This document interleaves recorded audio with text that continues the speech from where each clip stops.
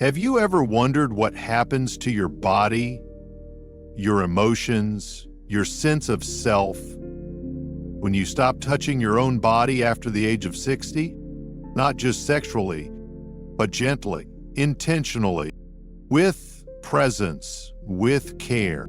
For many older adults, there comes a quiet moment, not marked by a birthday, not caused by a diagnosis, but by a slow withdrawal from their own skin. They stop reaching, they stop sensing, and eventually they stop feeling, not because desire disappeared, but because shame, silence, and discomfort took its place. We were raised to believe that masturbation was inappropriate, that after a certain age it becomes embarrassing, maybe even pathetic.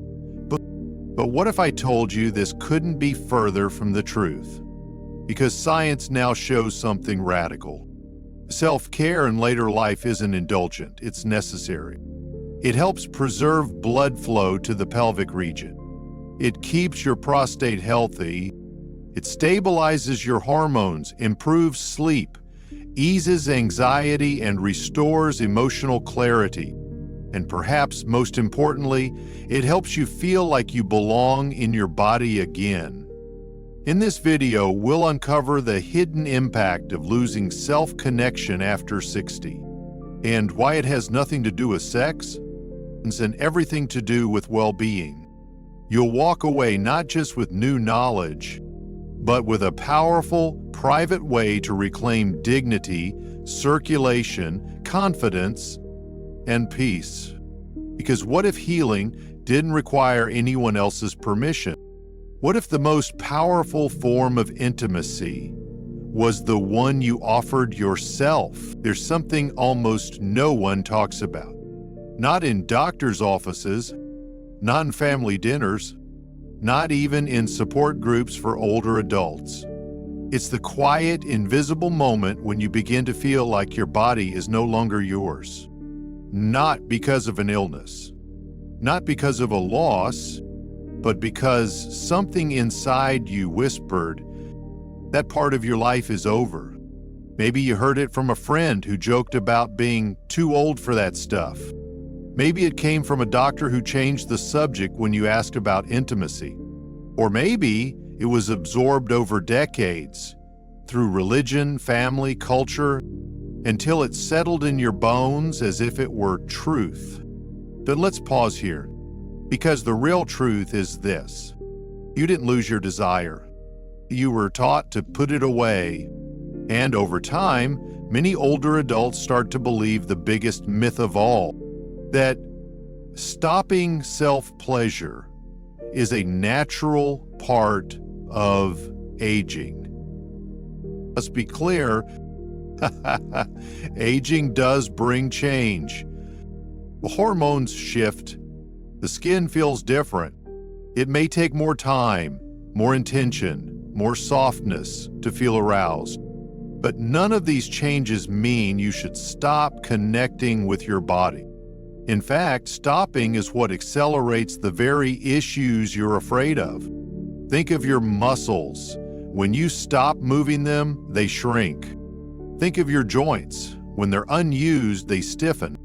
The same is true for your sexual organs. When there's no gentle stimulation, no blood flow, no activation, the tissues begin to dry. Elasticity fades. Nerves dull. The area becomes less responsive and in some cases even painful. For men, this can mean increased risk of prostate congestion, inflammation, or BPA. For women, it can lead to vaginal dryness, irritation, and a gradual sense of emotional detachment from the pelvis. But here's the kicker. Most people don't even realize these physical changes are happening because they've stopped paying attention. They're no longer in conversation with their body. What used to be a source of vitality has now become a forgotten room, closed, unvisited, and slowly that disconnection spreads. You begin to dress with less intention. You avoid mirrors. You sleep more shallowly. You forget what it feels like to receive a loving touch, even from yourself. And eventually, you begin to shrink, not just physically, but emotionally. Not because you're broken, but because you've been slowly convinced to abandon one of your deepest human needs, to feel. So what do many people do instead? They overfocus on medications, on lab numbers, on routines that keep the body alive, but forget what it means to feel alive. And let's be honest, when you've lived a long life, raised children, endured loss, fought through illness, it's easy to think that this part of you no longer matters. But it does, because this part of you, the one that feels, that pulses, that longs, is not some outdated relic of your youth. It's your nervous system. It's your endocrine system. It's your heart. It's still alive. And the longer you go without touching it, without acknowledging it, the more it recedes into silence. But silence is not peace. Silence is not healing. Silence is not wholeness. Silence, in this case, is disconnection. And what makes this even more painful is that you were never told you had a choice. You were never told that you could age with intimacy, that you could feel deeply connected to your body, your breath, your presence, even if no one else is in the room. You were told that desire dies, but the body never agreed. In fact, the body has been waiting quietly, patiently, helping for you to come back. And this is your invitation, because the next parts of this video aren't about fixing you. They're about returning to you, rebuilding the bridge between you and the parts of yourself that were never meant to be abandoned. This is not about performance. It's not about orgasm. It's about presence and permission. You don't need anyone's approval to feel again. You only need to begin. Let me tell you about Evelyn. She's 71, widowed for 12 years. A woman of quiet strength who still keeps her home neat, her garden blooming, her calendar filled with book club dates and doctor's appointments. On the outside, she looks fine, even admirable. But inside, there's a part of her life that has gone completely silent. During disease, she doesn't talk about it to her daughter. She doesn't bring it up in church. She certainly doesn't mention it to her doctor, but she knows. She knows that it's been years since she's allowed herself to feel anything there. Not because she can, not because she's sick, but because at some point, without realizing it, she decided that part of her no longer existed. And so she stopped reaching. I stopped wondering, stopped touching. Instead, she learned to avoid. She showers with the lights off. She dresses quickly without mirrors. And when an old memory floats up, a moment of intimacy, of warmth, of closeness, she swallows it down like a lump in her throat. Because somewhere inside her, a voice whispers, the part of you is gone now. And then there's Robert, aging itself. He's 74, a retired mechanic with strong hands, a quiet house, and a history of fixing what others broke. But what he never learned to fix was the feeling of being unseen. After his wife passed, the world got quieter. First it was the bed, then the kitchen table, then the evenings. And soon, even his own body stopped calling out to him. He would wake in the middle of the night, heart pounding, body heavy, but with no desire, no drive. Not because he didn't want to feel alive, but because he didn't believe he was. He told himself it was normal. What else do you expect at 74? But something inside still ached. Not for someone else, just to feel like a man again, like a human again. And this is where you come in, because maybe you too have noticed that silence creeping in, that soft distance between you and your body, that moment when the shower feels like a chore, when you no longer linger in the mirror, when you dress out of necessity, not delight. Maybe you've told yourself it's just age. That touch is for the young. That desire doesn't belong in this season of life. But deep down, there's a part of you that remembers. Not just the act of intimacy, but the feeling of being present in your skin. There's a part of you that aches not for romance, but for reconnection, not for passion, but for permission. To feel again, to come home to your own body. And if that resonates with you, I want you to hear this clearly. You are not strange. You are not broken. You are not alone. There are millions of older adults quietly carrying this same ache, silently mourning a part of themselves they were never told they could keep. Not because they gave it away, but because the world convinced them to let it go.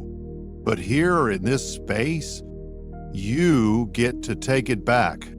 You get to remember that your body is still listening, that your skin still speaks, that your heart still wants presence, that your touch, even when it's your own, still matters.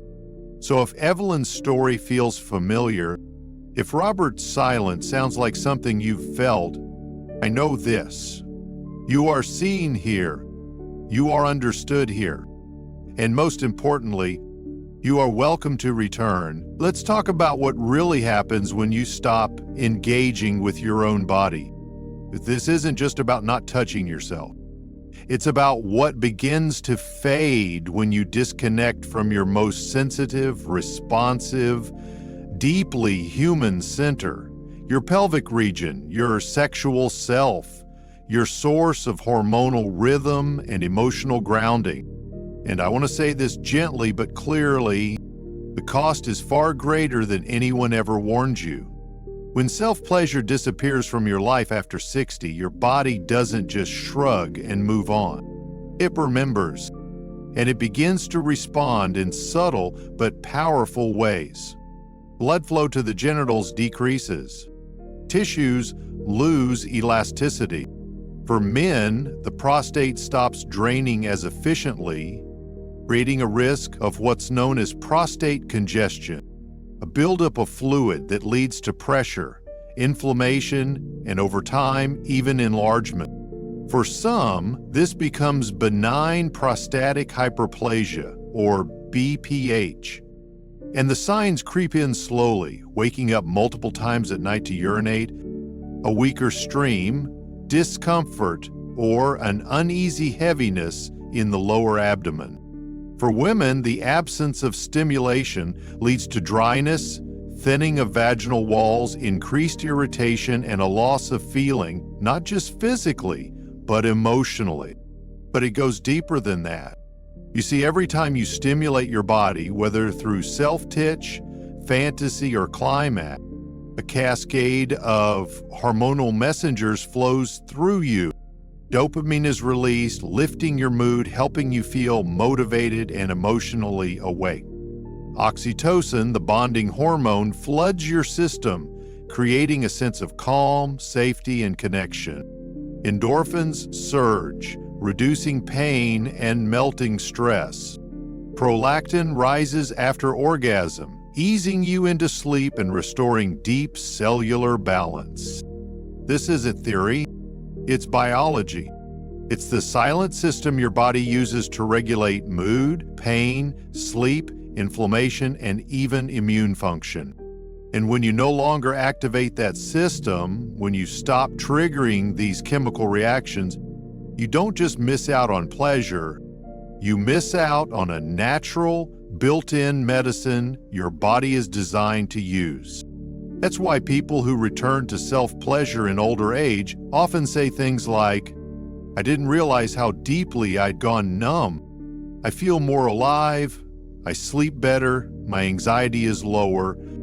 I didn't know I could still feel this much, because they're not chasing lust. They're tapping into a kind of wholeness they didn't know they'd lost. There's another layer to this too. For men, regular ejaculation has been linked to lower prostate cancer risk. A Harvard study tracked over 30,000 men and found that those who ejaculated more than 21 times a month had a 33% lower risk of prostate cancer compared to those who did so less than 7 times a month. Why? Because ejaculation helps flush out old fluids and metabolic waste, keeping the prostate clean and less prone to inflammation or mutation. Now, no one is saying you need to perform like you did at 25. That's not the goal. In fact, that mindset creates pressure, which works against the benefits. This isn't about intensity, energy. It's about frequency, gentleness, consistency, presence. Your body doesn't need fireworks. It just needs to know you haven't abandoned it. Let's go even further. Recent neuroscience shows that sexual stimulation, especially climax, activates the brain's default mode network, the part responsible for self-awareness, identity, and mental clarity. It's the same region that lights up during deep meditation or emotional breakthroughs. Meaning, when you give your body the gift of mindful touch, you're not just improving your health. Here, reclaiming your mind. So why doesn't anyone talk about this?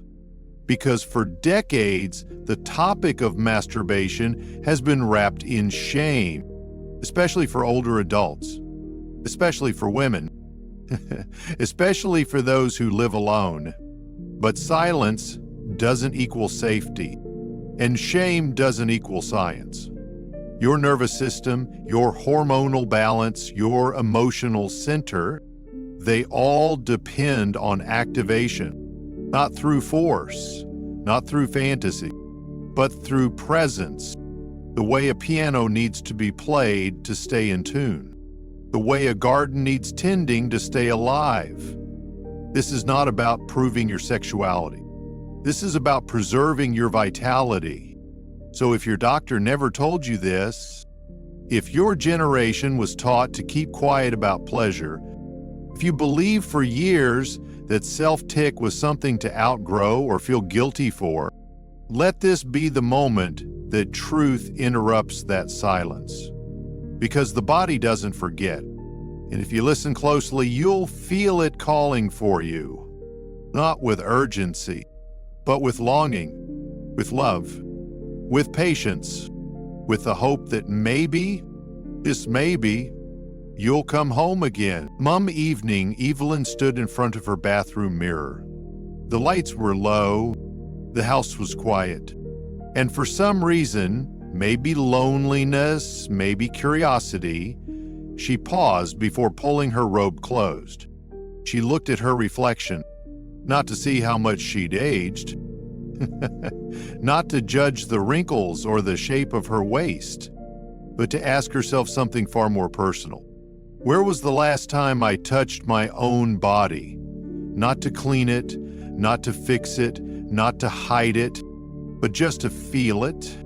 She couldn't remember. Not truly. The last time she'd allowed her hands to rest softly against her skin, to trace her collarbone, to feel the curve of her stomach without rushing past it, to hold her own body without shame. It wasn't that she didn't care, it just forgot that this was something she could still do, forgot that her body wasn't waiting for someone else's approval, it was waiting for hers. In that moment, Evelyn didn't make a dramatic change. She didn't light candles or play soft music. She simply placed her palm over her heart, then over her belly. And for the first time in years, she said softly, out loud, "I'm still here."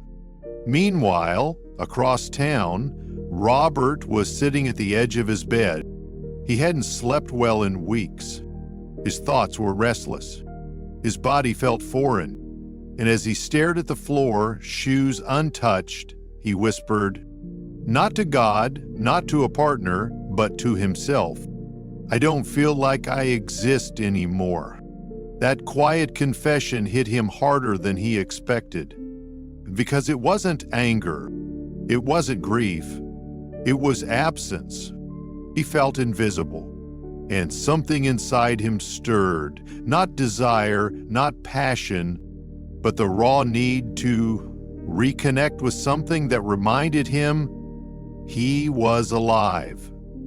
He didn't know where to begin, but he knew he didn't want to feel this numb forever. So let me ask, have you ever felt like that? Have you ever reached for your own hand and found it trembling? Have you ever caught your reflection and wondered when exactly you stopped treating yourself like someone who matters? This is not a call to return to some younger version of you. It's a call to meet the version of you that exists right now. This version who still breathes, still needs warmth, still deserves tenderness. And that tenderness doesn't need to come from anyone else. It begins with you. So here's your challenge. Not to prove anything, not to perform, but to pause, to take just 5 quiet minutes in the next 24 hours. Find a space that feels safe. Breathe slowly. Place your hand where it feels natural, your chest, your belly, your thigh. And ask gently, do I still feel like I belong here? Because if the answer is no, that's not failure. That's your starting point. That's the moment when numbness becomes noticing, when silence becomes permission, when survival becomes softness. And the only thing standing between you and that moment is a decision. Not a big one, not a loud one, but a decision that says, I'm coming back to myself. So, can you give yourself 5 minutes today?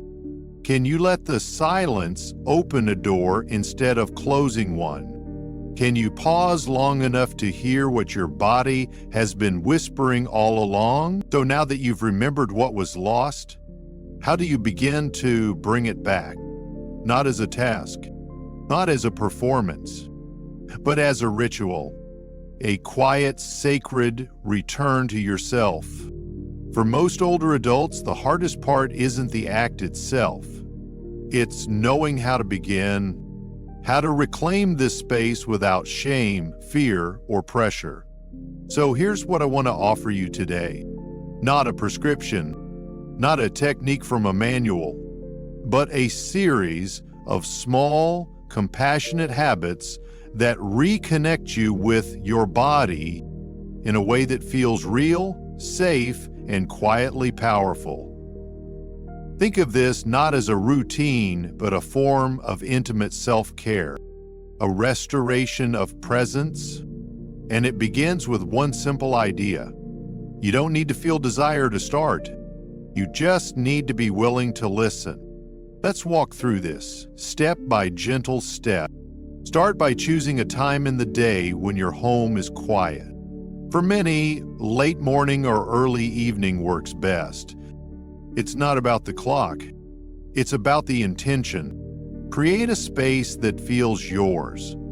You don't need candles or music unless they bring comfort. A soft blanket, a closed door, even just dim lights can shift the feeling. This is your moment, and it should feel like an invitation, not an obligation. Now sit or lie down. Let your body relax. Feel where it holds tension. Your shoulders, your jaw, your lower back. Breathe into those spaces. Long, slow breaths. Let your nervous system begin to soften. And now, place your hands on your body. Not between your legs. Not yet. Start with your chest, your arms, your thighs. Let your palms explore the edges of your body first. Move slowly, not to stimulate, but to reconnect. This is the body that carried you, the skin that has held your story. It is not a stranger. It is not broken. It is waiting. As you breathe, let your touch grow curious. What feels cold? What feels warm? What surprises you? Maybe you feel nothing. That's okay. Maybe you feel too much. That's okay too. Now, bring your attention toward your pelvic region. Don't rush. Approach with gentleness, not goal setting. You are not trying to achieve something. You are simply asking, how does this part of me feel today? If you'd like, use lubricant, especially if dryness has been a concern. A water-based option is gentle and helps awaken sensation without discomfort. This isn't about friction. It's about flow. Begin to touch yourself where it feels natural. Stay present, not with fantasy, not with memory, but with now. If sensation comes, follow it. And if it doesn't, stay anyway.